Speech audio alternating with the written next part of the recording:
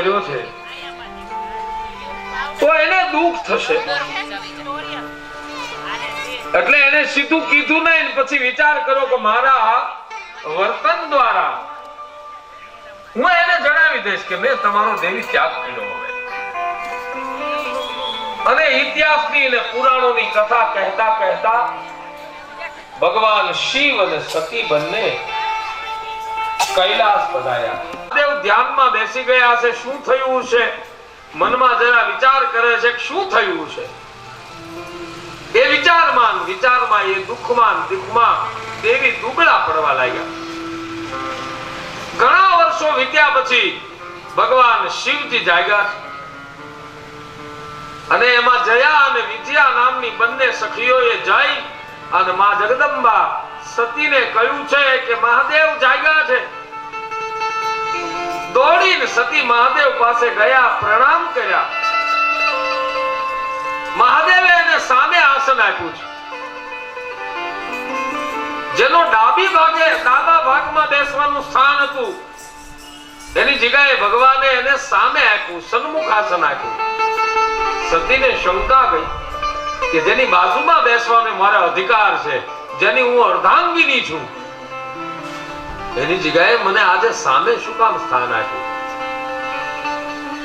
અને એવો નિયમ છે મારા વાલા ભક્ત સંપ્રદાયમાં કે એક વખત આ જીવાત્મા પરમાત્માની સન્મુખ થઈ જાય તો કરોડો જન્મના પાપ હોય ને એ બધા બળીને ભસ્મ થઈ જાય, પણ પરમાત્માની સન્મુખ થવો જોઈએ. એટલે રામાયણમાં પણ લખ્યું કે સન્મુખ હોય જીવ મોહી જબરી, સન્મુખ હોય જીવ મોહી જબરી, સન્મુખ હોય જીવ મોહી જબરી, સન્મુખ હોય જીવ મોહી જબરી. અને તો જન્મ કોટી અઘનાશ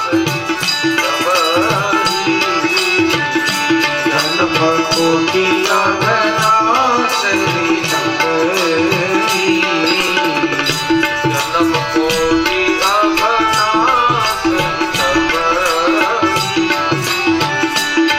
જન્મ કોટી અઘનાશ. એક વખત આ જીવાત્મા જો પ્રભુ તરફ વળી જાય, એની સન્મુખ થઈ જાય તો ખાલી સન્મુખ થવાની જરૂર છે બસ. જેમ સારો ખેડૂત ખેતરમાં પાણી પાતો હોય, ધોરિયામાં પાણી જતું હોય અને બે પાવડા મારી અને નાકું મરડી નાખે ને બીજા ક્યારામાં પાણી જેમ જતું રહે, પાણી જેમ એક ક્યારો ભરાઈ જાય પછી બીજો ક્યારો, ત્રીજો ક્યારો, ચોથો ક્યારો, એમ સારો ખેડૂત જેમ પાવડો મારે નાકું બદલી નાખે, એમ સારો માણસ, સારો જીવાત્મા એ છે એ પોતાની દિશા બદલી નાખે. હું જેવો છું એવો હે પરમાત્મા તારો છું એમ કહીને એના તરફ જતો રહે. હે નાગદેવતા, હે ભોળિયાનાથ, હું જેવો છું એવો તારો છું એમ કહી અને નાગદેવતાના ચરણમાં આવી જાય તો પછી જન્મ કોટી અઘનાશ તમે કરોડો જન્મના પાપ હોય બધા ભાંગીને ભૂકો થઈ જાય. હમણાં અખાત્રીજ આવે છે, 30 તારીખે છે, બહુ સારો મોકો છે. ભગવાન મહાદેવનું પૂજન કરજો. અહીંયા તમારે કેદાર નહીં જવું પડે મારા વાલા, કેદારેશ્વર અહીંયા આવી જાય. એવો ભોળિયો નાથ બેઠો નાગદેવતા.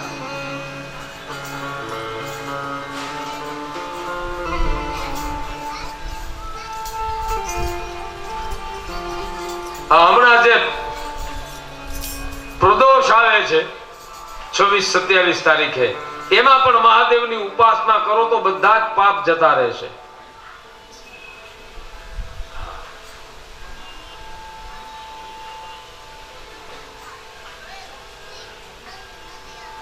પ્રદોષ વખતે ભગવાન મહાદેવનું જે પૂજન કરે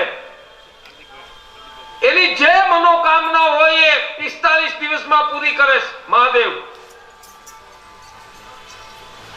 એક દીવો કરો તમે, એમાં થોડા કાળા તલ નાખો, બની શકે તો બીલીપત્ર ભગવાન મહાદેવને ચડાવો. મારે આ બધા ટોટકા બતાવવાની જરૂર નથી, આ તમે બધું જાણો છો. પણ જાણ્યા વગર, એનો મહિમા જાણ્યા વગર એમને ચડાવી દઈએ છીએ ને, એટલે આપણે એના આશીર્વાદની ખબર નથી. એના આશીર્વાદ તો અવશ્ય મળે છે મને ને તમને, પણ એનો ખ્યાલ નથી રહેતો મને ને તમને. એનું આરાધન કરો, એને પૂછો, એને તમે મન સમર્પિત કરો યાર. બીજું બધું સમર્પણ કરો એને યારે મુરારી પાદાર પિત ચિત્ત વૃત્તિ, તમારી ચિત્તની વૃત્તિને એના ચરણમાં ધરી દો, તો એ અવશ્ય કૃપા કરે છે. એક વખત મારા હું ને તમે એની સન્મુખ જતા રહીએ એટલે મારા તમારા બધા પાપ બળીને ભસ્મ થઈ જાય. તો ભગવાન મહાદેવે સતીને પોતાની સન્મુખ આસન આપ્યું છે, અને પછી કઈ સતી પૂછે ન પૂછે, કઈ વાત કરે ન કરે, અને ભગવાન મહાદેવે વિવિધ ઇતિહાસની કથાઓ કહેવા લાગ્યા સતીને. પણ હવે ક્યારેય કથા સાંભળી નહીં, પગ વાળીને ક્યારેય ભગવાન મહાદેવ પાસે બેઠા નહીં, એટલે એને કથા સાંભળવાનો બહુ આનંદ આવ્યો નહીં. અને એ સમય દરમિયાન એક ઘટના ઘટી. આકાશ માર્ગે આ વિમાનો નીકળવા લાગ્યા, એટલે દેવીનું ધ્યાન તરત આકાશમાં ગયું, કારણ કે કથામાં રસ નહીં. ભગવાન મહાદેવ જેવા વક્તા એને કથા કહે ને એમાં એને રસ નહીં, એટલે ઉપર જોયું તો એમાં એક વિમાન શણગારેલું જોયું. એટલે વિજયા નામની સખીને સતી કહે છે કે જાતો ભાઈ આ વિમાન ક્યાં જાય છે, જાણી લે. એટલે એ સખીએ જઈને પૂછ્યું તો વિમાનમાં ચંદ્ર અને રોહિણી બેઠેલા. પૂછ્યું છે કઈ બાજુ જાવ છો, તો બોલે દક્ષ મહારાજને ત્યાં યજ્ઞ છે અને યજ્ઞમાં ભાગ લેવા માટે અમે જઈએ છીએ. પેલી સખીએ આવીને સતીને કહ્યું તમારા પિતાને ત્યાં એક મોટો યજ્ઞ છે અને યજ્ઞમાં બધા જ દેવતાઓને આમંત્રિત કર્યા છે. એટલે ચંદ્ર અને રોહિણી બધા દેવતાઓ પોતપોતાના વિમાનો લઈ અને તમારા પિતાને ત્યાં યજ્ઞમાં જઈ રહ્યા છે. સતીને થયું કે મારા પિતાને ત્યાં આવડો મોટો યજ્ઞ હોય અને અમને આમંત્રણ નહીં. મહાદેવને પૂછ્યું છે કે મહાદેવ એવડો મોટો યજ્ઞ મારા પિતાશ્રી કરે છે ને આપને શું કામ આમંત્રણ નથી આપ્યું? ભગવાન શિવજી કહે છે કે સતી મારે અને તમારા પિતાને એક વખત વિરોધ થયેલો. બોલે પ્રભુ કઈ પ્રકારનો વિરોધ, ક્યારે થયો એ કથા કહો.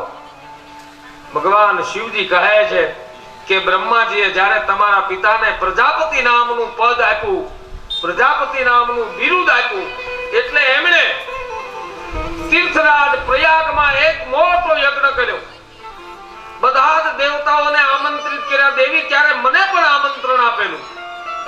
બધા જ દેવતાઓ પોતપોતાની રીતે તીર્થરાજ પ્રયાગમાં પહોંચ્યા અને હું નંદિકેશ્વરને મારા ગણો સાથે હું પણ યજ્ઞમાં ગયો. દેવી બધા પોતપોતાના આસન ઉપર વિરાજિત થયા છે, હું પણ મારા યોગ્ય જગ્યાએ બેઠો. અને દેવી મારી સહજ વૃત્તિ છે કે જ્યારે હું શાંત બેઠો એટલે મારી આંખો બંધ થઈ જાય અને હું કાયમ ધ્યાનમાં રહું છું. આસન ઉપર બેઠો, મારી આંખો બંધ થઈ, હું ધ્યાનમાં હતો. એ સમયે દક્ષ મહારાજ પોતાના દાસ દાસીઓ સેવકો સાથે યજ્ઞશાળામાં એને પ્રવેશ કર્યો. જેવા દક્ષ મહારાજ આવ્યા એટલે બધા દેવતાઓએ, ઋષિ મુનિઓએ, બ્રાહ્મણોએ ઊભા થઈ અને દક્ષ પ્રજાપતિનું સન્માન કર્યું. મારી સહજ વૃત્તિ, હું ધ્યાનમાં હતો દેવી, હું ઊભો ન થયો. મને ખ્યાલ રહ્યો ને અને દક્ષ મહારાજ આવ્યા ત્યાં અને એને જોયું કે મારો જમાઈ થાય એવો શંકર દુર્જટી અમંગળ વેશવાળો જેમ તેમ બોલવા લાગ્યા. અને મને અપમાનિત કર્યો. બધા જ મારું સન્માન કરે છે પણ મારો જમાઈ જ મારું સન્માન ન કરે. શમશાનમાં રહેવા વાળો છે, ભૂત પ્રેતની સાથે રહેવા વાળો છે, અને સાર અને અસારનું શું ભાન હોય, અમંગળ વેશ પહેરવા વાળો છે. તું આ મારા યજ્ઞમાંથી જતો રહે એમ ભગવાન મહાદેવનું ઘોર અપમાન બધાની વચ્ચે કર્યું. ભગવાન મહાદેવ શાંત ચિત્તે બેઠા રહ્યા પણ નંદિકેશ્વરથી રહેવાયું નહીં. એટલે નંદિકેશ્વર અને દક્ષ મહારાજ વચ્ચે બોલાચાલી થઈ અને એમાં નંદિકેશ્વરે દક્ષને શાપ આપ્યો. હે દક્ષ, જે મોઢાથી તું બકબક કરીને ભગવાન મહાદેવની નિંદા કરે છે એ મોઢું તારું બકરાનું થઈ જશે. આવો શાપ આપ્યો. હાહાકાર થયો અને અહંકારના મદમાં દક્ષ માન્યો નહીં. એ યજ્ઞ થયો નહીં અને અમે બધા પોતપોતાના લોકમાં પોતપોતાના સ્થાને જતા રહ્યા. દેવી, અને એના માટે મારા અપમાનનો બદલો લેવા માટે તમારા પિતાશ્રીએ હવે બીજો યજ્ઞ કરવાની શરૂઆત કરી. અને એ યજ્ઞમાં બધાને આમંત્રિત કર્યા છે દેવી, પણ મારું અપમાન કરવું છે એટલે મને આમંત્રણ આપ્યું નથી. આમ જા કહ્યું એટલે દેવીએ કીધું કે એટલા વર્ષોથી મારા પિતાશ્રીની ઘરે હું ગઈ નથી. હે મહાદેવ, તમે જો મને રજા આપો તો હું મારા પિતાના ઘરે જાઉં. ભગવાન મહાદેવ કહે, નીતિ તો એવું કહે છે દેવી કે પિતાના ઘરે, મિત્રના ઘરે, કોઈ ધર્મનું કાર્ય થતું હોય ત્યાં, અને આપણા ગુરુના ઘરે આમંત્રણ હોય કે ન હોય જવામાં કોઈ વાંધો નથી. આવું નીતિ કહે છે, આવું શાસ્ત્ર કહે છે. એક આપણા મા બાપના ઘરે આમંત્રણ હોય, આપણે બહારગામ રહેતા હોય, મા બાપ ગામડે રહેતા હોય, આપણે ફોન લાગે કે ન લાગે, આમંત્રણ આપે કે ન આપે, મા બાપના ઘરે કોઈ જો આવું કાર્ય થતું હોય તો એમાં આમંત્રણ હોય કે ન હોય જવામાં વાંધો નથી. એક આપણા ગુરુના ઘરે, ગુરુ કદાચ આમંત્રણ આપતા ભૂલી ગયા હોય, ફોન કરતા ભૂલી ગયા હોય, તો ગુરુના ઘરે કોઈ કાર્યક્રમ હોય, આમાં હાર્દિક બાપુના ઘણા ચેલાઓ છે આ અમરેલીના આજુબાજુના વિસ્તારમાં, તો આ જો કથા સાંભળતા હોય તો ચેલાઓ સાંભળજો. એ ગુરુદેવ આમંત્રણ આપે કે ન આપે, આપે તો ખરા જ, પણ કદાચ ભૂલાઈ ગયું હોય તો શાસ્ત્ર કહે છે કે ગુરુના ઘરે કોઈ ધર્મ કે કોઈ પણ પ્રકારનો કાર્યક્રમ હોય તો જવામાં વાંધો નથી. ત્રીજું સ્થાન બતાવ્યું છે મિત્રના ઘરે. કદાચ મિત્ર આપને ભૂલી ગયો હોય, એના ઘરે લગ્ન પ્રસંગ હોય, કોઈ કાર્યક્રમ હોય, શુભ કાર્ય હોય, તો એમાં મિત્રના ઘરે આમંત્રણ હોય કે ન હોય જવામાં વાંધો નથી. ભગવાન મહાદેવ બોલ્યા છે શિવ મહાપુરાણમાં. અને ચોથું, જે જગ્યાએ ધર્મનું કાર્ય થતું હોય, આ નાગદેવતાના પુનિત અને પવિત્ર પટરાંગણમાં શિવ કથા બેઠી છે, તો આ ધર્મનું કાર્ય છે, સનાતન ધર્મનું કાર્ય છે, એમાં આમંત્રણ હોય કે ન હોય જવામાં કોઈ વાંધો નહીં. એટલી વાત ભગવાન શંકરે સતીને કહી, તમારા પિતાના ઘરે, મિત્રના ઘરે, ગુરુના ઘરે અને ધર્મનું કાર્ય થતું હોય ત્યાં દેવી જવામાં વાંધો નથી. પણ એક વાત યાદ રાખો, આપણા જવાથી આપણું જો અપમાન થાય તો ત્યાં જવામાં તમારું કલ્યાણ નથી. દેવી માન્યા નહીં. કહ્યું છે કે નહીં, મારા પિતાની ઘરે મારે જવું છે, ભગવાન મને રજા આપો. 60,000 જેટલા ગણોને સાથે મોકલ્યા ભગવાન શિવજીએ. ગણોને કહ્યું છે કે જાઓ. સતીની સાથે બધા ગણો ગયા.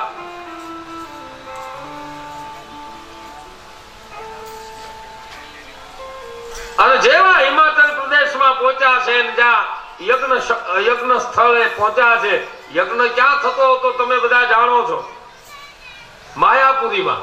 કઈ જગ્યાએ? માયાપુરીનું બીજું નામ શું છે? હરિદ્વાર. શું? હરિદ્વાર. એ હરિદ્વારમાં કનખલ નામનું ક્ષેત્ર છે. હરિદ્વાર ગયા હોય, કનખલ ગયા હોય, એને ખ્યાલ હશે કે કનખલમાં યજ્ઞ શરૂ હતો અને માં ભગવતી સતી દિગંબર ફરે છે. એમ સતીની મશ્કરી બધાએ કરી. સતીને જરા ક્રોધ આવ્યો પણ કઈ બોલ્યા નહીં અને એક કોઈએ સન્માન કર્યું નહીં. એક જ માં એવી હતી કે જેણે આ સતીનો સન્માન કર્યું. માને પ્રણામ કર્યા સતીએ. માએ છાતીએ લગાડી સતીના મસ્તક ઉપર હાથ ફેરવીને કહ્યું, બેટા, તારા પિતાને અહંકાર આવી ગયો છે. એવડી મોટું પદ એને મળ્યું છે પ્રજાપતિનું. કોસ નહીં જન્મે જગ માહી. રામાયણમાં કહ્યું છે કે કોસ નાહી જન્મે જગ માહી પ્રભુતા પાહી તાહી મદ નાહી. જેને પ્રભુતા પદ અને પ્રતિષ્ઠા મળી જાય એને કોને અહંકાર નથી આવ્યો? થોડુંક માણસને રૂપ મળી જાય તોય અહંકાર આવે, માણસને પૈસો મળી જાય તોય અહંકાર આવે, માણસને સંપત્તિ અને ધન મળી જાય તોય અહંકાર આવે. સાહેબ,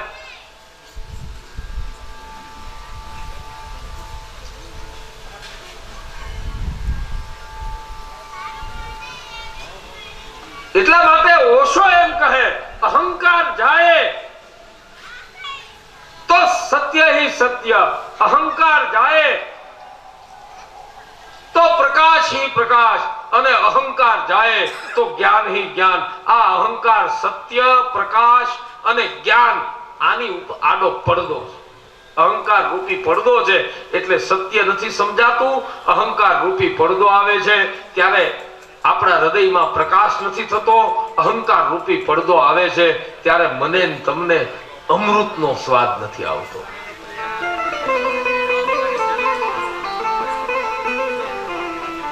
અહંકાર હટે તો થાય બધું. આપણે તો નાની નાની વાતમાં પણ અહંકાર. ઘણાને પોતાનો અહંકાર છોડ્યાનો પણ અહંકાર હોય છે કે આપણે કોઈ બી અહંકાર કરીએ નહીં, એનો અહંકાર હોય. એ તો ભયંકર અહંકાર. એને તો શાસ્ત્રય ન તોડી શકે.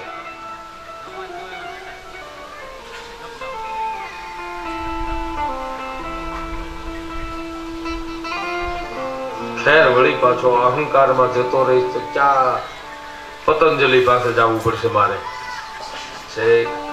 રાગ દ્વેષ પતંજલિ ભગવાન યોગ શાસ્ત્રમાં અવિદ્યા અસ્મિતા દર્પમલમ સાધનવાદમાં પતંજલિ ભગવાન યોગ શાસ્ત્રના સાધનવાદમાં કહે છે કે આ બધા જ મને તમના મારા તમારા હૃદયમાં ઊભા કરતા ક્લેશો છે. અહંકારને એને ક્લેશ ગયો છે. અહંકારથી દુઃખ અને સંતાપ અને ક્લેશ ઉત્પન્ન થાય છે. અહંકાર એવો દર્પ છે જેને મિટાવવો બહુ અઘરો છે. અરે એક માણસથી શું અહંકારને તોડવા માટે રામાયણમાં એવી કથા છે કે અહંકાર રૂપી ધનુષ્યને તોડવા માટે જનકપુરમાં એક સાથે 10,000 રાજાઓ ઊભા થયા પણ એ અહંકાર રૂપી ભગવાન શંકરના પિનાકને કોઈ તોડી ન શક્યું. 10,000 એક સાથે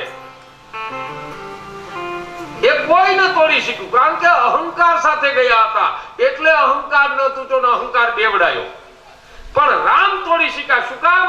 એ અહંકાર વગર ગયા. એ તોડવા જ્યારે ધનુષ્ય તોડવા ગયા ત્યારે ગુરુના ચરણમાં એને પ્રણામ કર્યા. કોઈને તમે પગે લાગો એટલે તમારો અહંકાર જતો રહે કારણ કે તમારે નમવું પડે છે. કોઈને સામે તમારે નિમ્ન થવું પડે છે. કોઈને નમસ્કાર કરવા પડે છે એટલે તમે થોડાક નાના થાવ છો. જ્યારે નમસ્કાર કરો ત્યારે તમારો અહંકાર ઓગળે છે. તમને ખબર પડે કે ન પડે પણ અહંકાર ઓગળી જાય. જેમ ડોક્ટર આપને દવા આપે પછી કોઈ ક્યારે ડોક્ટરને એમ પૂછ્યું અત્યાર સુધીમાં કે આ તમે જે મને લીલા કલરની ટીકડી આપી, સફેદ કલરની ટીકડી આપી, આ લાલ કલરની ગુલાબી કલરની ટીકડી આપી, આ ટીકડીમાં કયા કયા પ્રકારના તત્વો છે એ કહો? ક્યારે પૂછ્યું ડોક્ટરને? નહીં, ડોક્ટર તમને એમ કહે કે આ તમારે જમ્યા પછી આ ગોળી લઈ લેવાની, આ બપોરે લેવાની, આ સાંજે લેવાની, પછી એ ગોળી આપણે લઈ લેવાની નહીં. એવો કોઈ નિયમ નથી કે પેન્શન પહેરીને જ આ ગોળી પીવાની. તમારે બેઠા બેઠા જ આ ગોળી પીવાની, ઊભા ઊભા જ ગોળી પીવાની, સૂતા સૂતા જ ગોળી, એવો કોઈ નિયમ નહીં. ગમે તે રીતે તમારા પેટમાં ગોળી જાવી જોઈએ, બસ એટલો નિયમ છે. એ પેટમાં ગોળી જાય એટલે ગોળી એનું કામ કરે જ, એ દવા એનું કામ કરે જ. એમ એન પ્રકારે તમે નમસ્કાર કોઈને પ્રણામ કરો એટલે તમારો અહંકાર ઓગળે જ, ઓગળ્યા વગર રહે જ નહીં. પણ નમસ્કારનો જે અહંકાર, એ અહંકાર ઓગળ્યો એનો અહંકાર આવે, એનો તો મારો રામે નો તોડી શકે.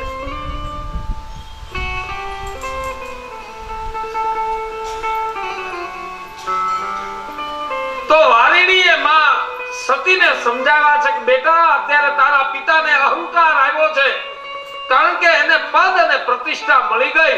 પદ પ્રતિષ્ઠાનો એને અહંકાર છે, એટલે બેટા તમને આમંત્રણ નથી આપ્યું ને એટલે તારું કોઈ સન્માન નથી કરતું. ભલે ના આપ્યું હોય માં, પણ તું જો મને કહે તો હું યજ્ઞ વેદી જોવા જાઉં, યજ્ઞના દર્શન કરવા જાઉં. માએ કહ્યું છે જા બેટા. ભગવાન શિવજીના ગણો સાથે માં ભગવતી પરાંબા યજ્ઞશાળામાં ગયા અને જેવા યજ્ઞશાળામાં પ્રવેશ કર્યો એટલે બધા જ દેવતાઓના ત્યાં સ્થાન જોયા છે. માં ભગવતીએ બધાના સ્થાન જોયા. કોઈ જગ્યાએ વિષ્ણુ બેઠા, કોઈ જગ્યાએ બ્રહ્મા બેઠા, કોઈ જગ્યાએ ઇન્દ્ર આદિ દેવતાઓ બેઠા છે, ભૃગુ છે, પૂષા છે વગેરે, દધીચી વગેરે ઋષિ મુનિઓ યજ્ઞ કરાવી રહ્યા છે. એમાં માં ભગવતીએ પ્રવેશ કર્યો. બધાને જોતા માં જગદંબાએ ઠપકો આપ્યો છે, હે વિષ્ણુ